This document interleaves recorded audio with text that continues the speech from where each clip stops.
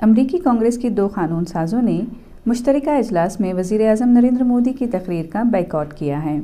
इंसानी हुकूक़ की खिलाफ वर्जियों, जमहूरियत मुखालिफ इक़दामात, मुसलमानों और मजहबी अक़लियतों को निशाना बनाने और सहाफ़ियों को सेंसर करने की तवील तारीख़ का हवाला देते हुए राशिदा तलैब ने कहा कि मोदी को अमरीकी दारुल हुकूमत में जगह देना शर्मनाक है। इल्हान उमर ने कहा कि मोदी हुकूमत ने पुरतशद्दुद हिंदू कौम परस्त गिरोहों की हौसला अफजाई की है और सहाफ़ियों और इंसानी हुकूक़ के हामियों को निशाना बनाया है।